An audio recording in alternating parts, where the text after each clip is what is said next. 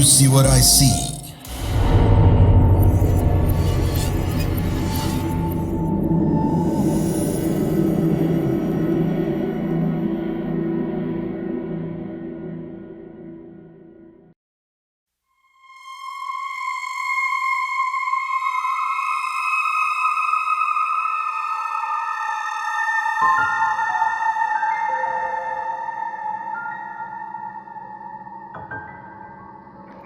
Assalamualaikum para pendengar podcast horor Do You See What I See?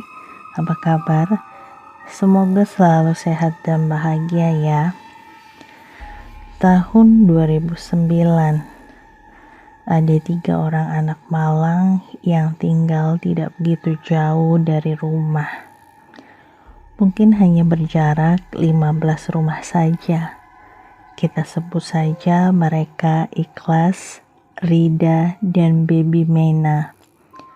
Ikhlas berusia 8 tahun, Rida 6 tahun, dan Baby Mena yang saat itu masih berusia beberapa bulan. Aku sering berjumpa dengan Ikhlas dan Rida ketika tengah menjemur pakaian di depan rumah. Saat itu mereka tengah terseok mengangkat gas LPG melon seberat 3 kg. Selalu ditawarkan sedikit bantuan untuk membawakan gas sampai ke rumah mereka, tapi mereka selalu menggeleng pelan tanpa mengeluarkan sepatah kata pun. Mungkin karena tidak begitu kenal atau tidak mau merepotkan orang lain. Rumah mereka bisa dibilang besar dan luas walau hanya 1 lantai. Memang aku belum pernah masuk ke dalam rumahnya. Tapi kalau dilihat dari luar, rumah itu memang cukup lega dan memiliki teras dan pekarangan yang lumayan luas juga. Di depan rumah yang ditempati oleh ketiga anak ini ada sebuah warung sayur yang buka dari pagi-pagi sekali sampai jam 7 malam. Kita sebut saja warung itu warung Wan Abut. Sebenarnya aku tipe orang yang jarang keluar rumah. Tidak suka duduk-duduk dengan tetangga, ngobrol ini dan itu kecuali memang untuk urusan yang menurutku penting. Hanya keluar rumah ketika ada undangan hajatan, takziahan, atau ada acara di masjid, sehingga bisa dibilang tidak begitu paham siapa-siapa saja tetangga yang ada di sini. Ketiga anak tadi menarik perhatian. Selain memang karena aku menyukai anak kecil, tampilan mereka yang mohon maaf bisa dibilang kumuh membuat yang melihat merasa kasihan. Kadang Rida tidak berganti pakaian selama beberapa hari. Rambutnya gimbal, tidak pernah disisir. Pun demikian dengan Ikhlas yang wajahnya selalu kusam. Bajunya yang dipakai juga terkadang itu-itu saja. Ada yang kancingnya terlepas, dan terkadang resleting celananya entah kemana.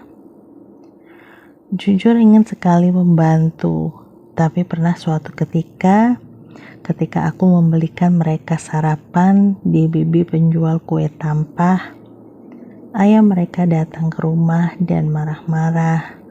Beliau bilang tidak butuh belas kasihan orang lain. Entahlah, rasanya sedikit sedih ketika niat baik malah ditanggapi berbeda. Tapi tentu saja itu tidak membuat berhenti untuk menyapa mereka lagi dan menanyakan kabar ketika mereka lewat di depan rumah. Jadi rumah kami bisa dibilang berada di muka gang, sementara rumah anak-anak itu di bagian paling belakang gang. Sehingga kalau mereka ingin membeli gas atau membeli sarapan, otomatis melewati rumah kami.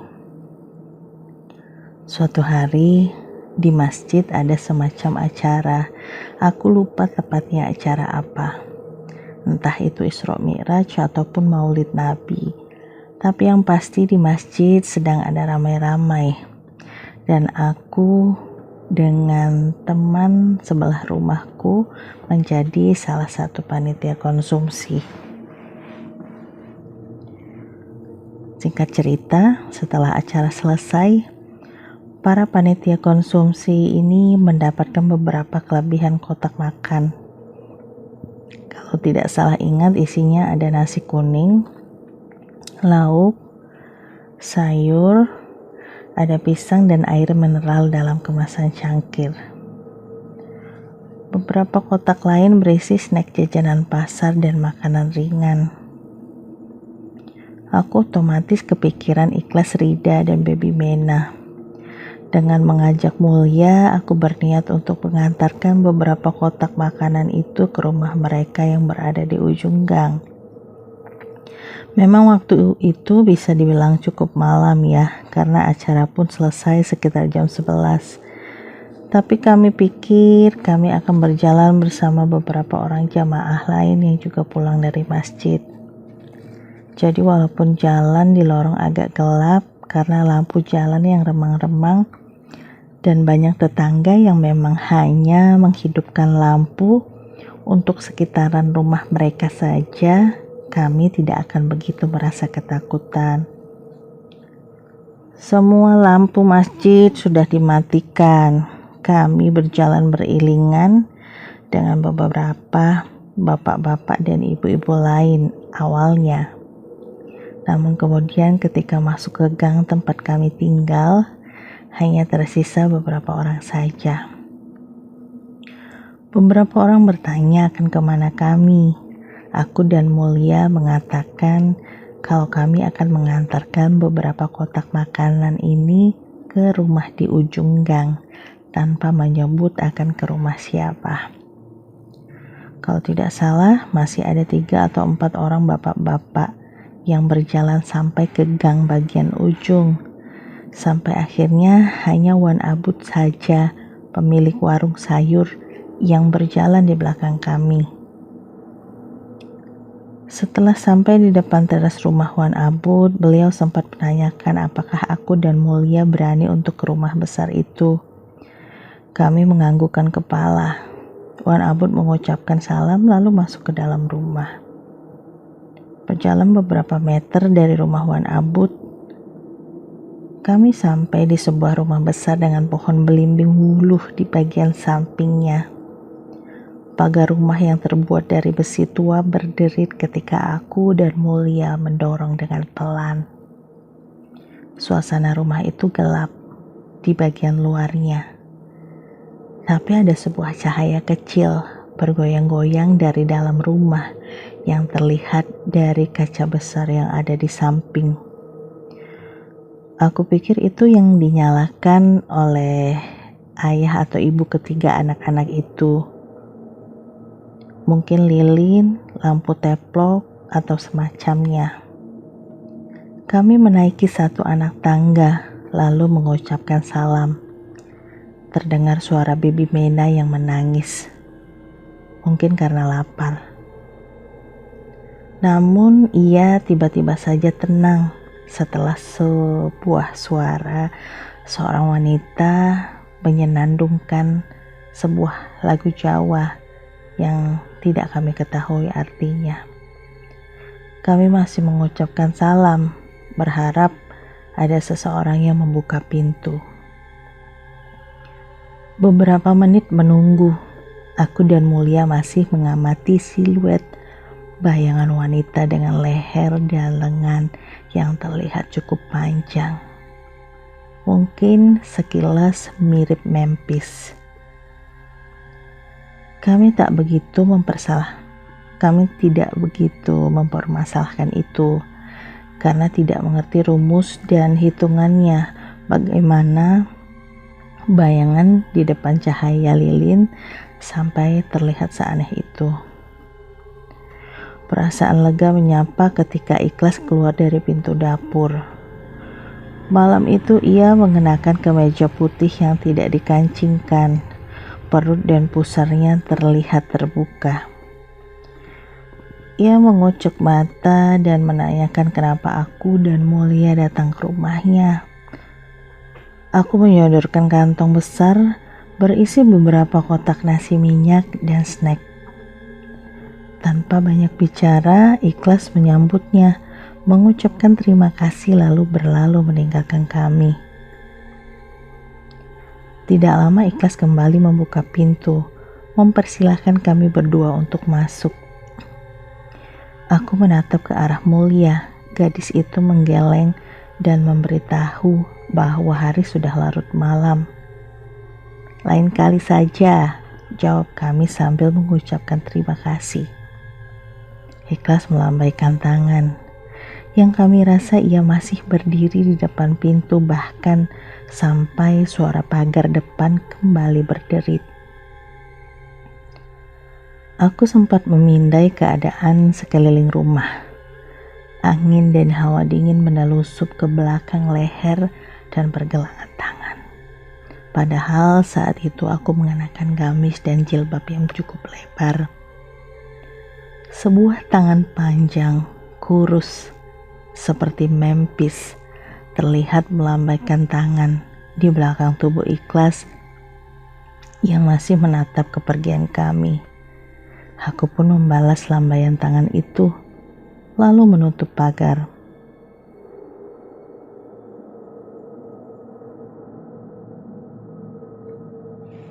Mulia sempat terdiam beberapa saat, sepertinya hendak mengatakan sesuatu, tapi tertahan ketika Wan Abud, pemilik kios sayuran yang tak jauh dari rumah Ikhlas dan Rida, memanggil kami. Beliau menanyakan ada gerangan apa kami bertandang ke rumah Ikhlas. Kami menjelaskan kalau baru saja mengantarkan nasi minyak dan snack. Ya, penjelasan untuk yang kedua kalinya.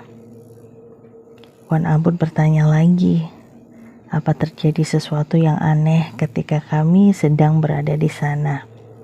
Aku menjawab bahwa semua baik-baik saja. Hanya saja tadi baby Mena sempat menangis, tapi ibunya langsung menggendong dan menyenandungkan sebuah lagu Jawa hingga bayi kecil itu kembali tertidur lelap. Wan Abud memasang wajah tegang. Matanya menatap aku dan Mulia bergantian. Tanpa penjelasan apa-apa, beliau meminta kami bergegas pulang dan jangan pernah menoleh ke belakang. Rasanya penasaran, tapi aku dan Mulia tetap menurut. Jalanan gang sudah benar-benar sepi. Tidak ada seorang pun yang lewat. Kami bergandengan tangan dan berjalan dengan cepat, lalu kembali berhenti lagi. Mulia menggoyang pergelangan tangan.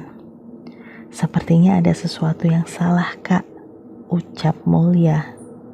Nanti saja, besok ceritanya, jawabku tak mau tahu.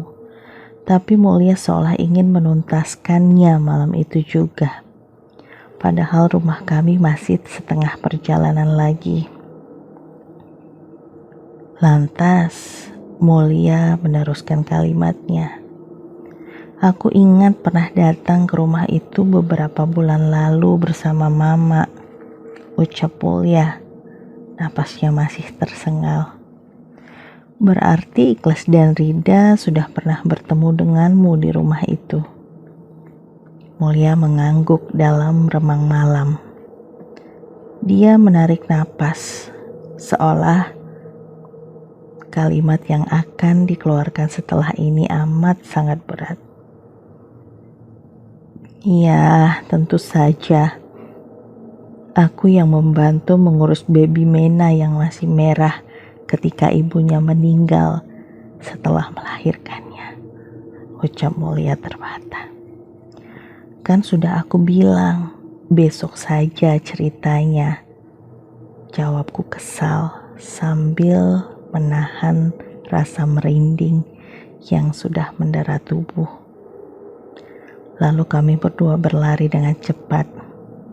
Tidak aku pedulikan sandal yang terlepas dan tertinggal di jalanan gang.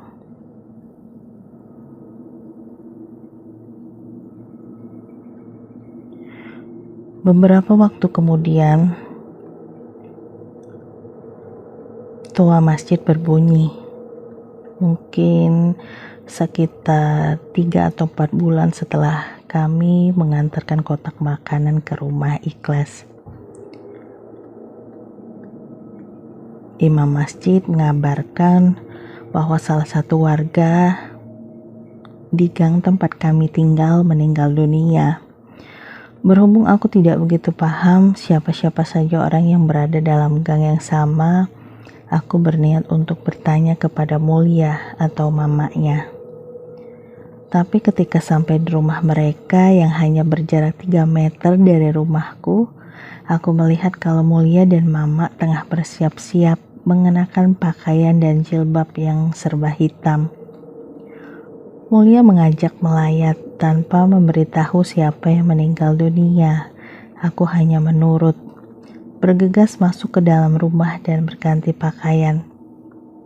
Mungkin Mulia dan mamanya telah mengetahui berita itu terlebih dahulu dari mulut ke mulut, ketimbang aku yang baru mengetahui kabar duka itu melalui toa masjid.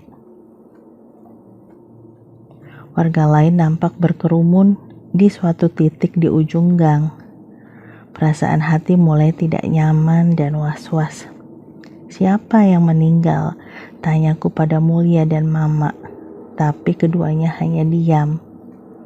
Semakin lama kami berjalan, semakin rumah duka terlihat. Warung Wan Abu tutup karena beliau berada di rumah kediaman Ikhlas, Rida, dan Baby Mena. Tenda dipasang dengan tergesa, beberapa kursi berwarna cerah disusun pada beberapa sisi. Sampai di pagar depan, aku masih tidak tahu siapa yang meninggal di rumah itu. Namun beberapa menit kemudian, semua pertanyaan terjawab. Seiring dengan tangisan dari 2 orang anak kecil dan seorang bayi dalam gendongan yang diseret-seret oleh seorang wanita muda mengenakan kacamata. Wan Abud dan Pak RT sempat melerai adegan yang membuat mata menghangat itu. Tapi sepertinya si wanita tidak bisa lagi menahan rasa kesal dan amarah yang mungkin saja sudah saatnya meledak, walau bukan di saat yang tepat. Ikhlas dan Rida meronta, memanggil ayah, bunda, ayah, bunda. Tenggorokanku tercekat. Ingin rasanya meraih tangan mereka dan menggendong Baby Mena.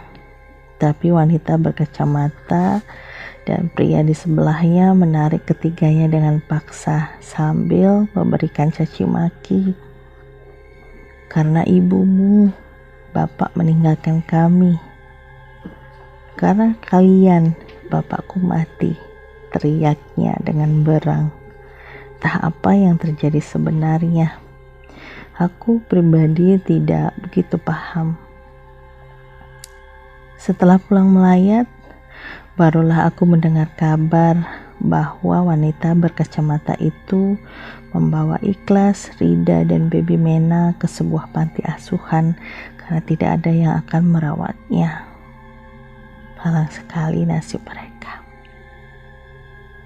Tahun-tahun berlalu, singkat cerita, mungkin 5 atau 5,5 tahun setelah itu, anak pertamaku sudah berusia 5 tahun.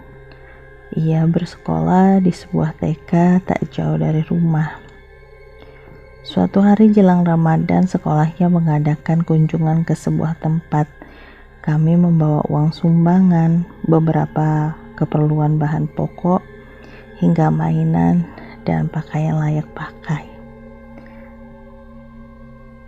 Anak gadis kecilku sangat senang berkenalan dengan anak-anak yang seusia dengannya.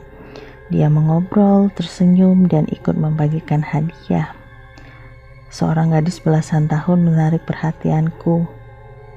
Wajahnya tertutup, rambutnya yang tidak rapi, walau mengenakan jilbab yang kekecilan.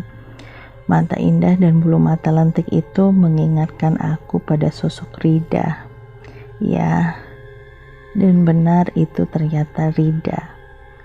Kepala panti asuhan memanggil namanya berulang kali. Ia bergerak dengan lincah, walau masih nampak malu-malu bertemu ibu-ibu dari taman kanak-kanak yang membagikan nasi kotak. Aku mendekati. Ia yang masih nampak sibuk. Setelah kesibukannya berhenti, aku semakin mendekat. Tai lalat di pipi kanan dan kirinya yang sejajar membuat aku yakin bahwa itu benar-benar Rida. Rasanya lutut ini gemetar hebat. Rida menyambut uluran tangan lalu mencium punggung tanganku dengan hikmat. Entah ia ingat padaku atau tidak.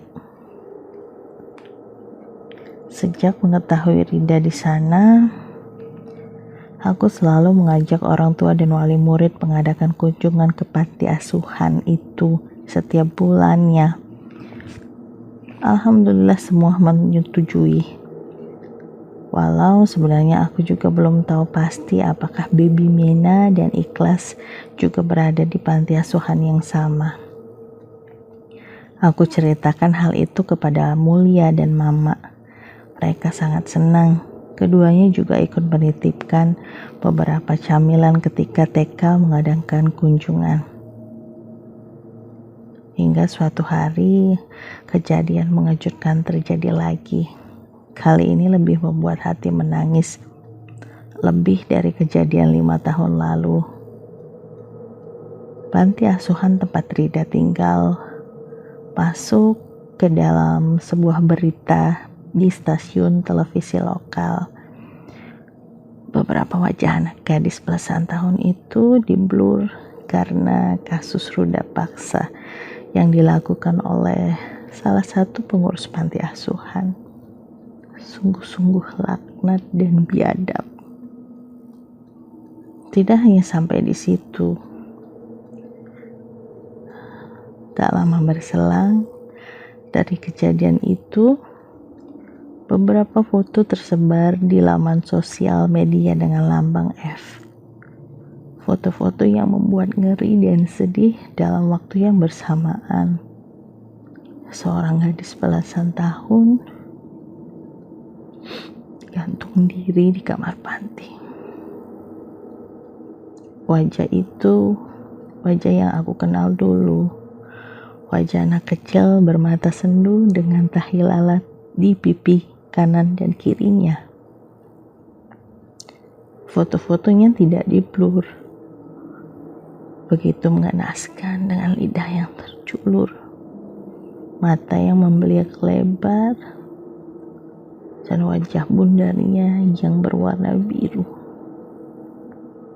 Sepucuk surat ditemukan di tempat tak jauh dari tubuh Rida yang tergantung. Ia berkata bahwa ingin menyusul ayah dan ibunya. Mengapa dunia dan orang-orang begitu jahat padanya? Padahal menurutnya, ia dan saudara-saudaranya tidak memiliki salah apa-apa. Aku menggeram hebat. Kutumpahkan rasa marah dan kesalku di atas sejadah. Bertanya dan selalu membuat pengandaian. Andai saja aku berkeras membantu waktu itu. Andai saja aku bisa mengasuh mereka dengan segala keterbatasanku. Panti asuhan itu ditutup. Entah kemana lagi sisa-sisa penghuninya pergi dan berlari. Wajah mengerikan Rida yang terakhir kulihat selalu membayangi selama beberapa bulan. Padahal bisa dibilang aku tiap hari mendoakannya. Aku masih suka menangis ketika memandangi rumah besar di ujung gang itu. Terkadang terlihat bayangan-bayangan penghuni rumah yang berkelebatan. Tak hanya aku yang melihat, Mama dan Dek Mul juga. Pun dengan Wan Abud yang pada setiap malam-malam tertentu masih mendengar sebuah suara lembut menyenandungkan lagu Jawa pengantar tidur anak-anaknya. Dan suara Rida yang berteriak ketika membeli sayur di warungnya. "Wah," kata bapak, "minta sayur." Entah mereka memang hanya ingin menyapa atau karena perasaan sesak dan bersalah yang masih mendera dada. Terima kasih warga Desa Sukawedi sudah berkenan mendengarkan. Hatur nuhun. Wassalamualaikum warahmatullahi wabarakatuh.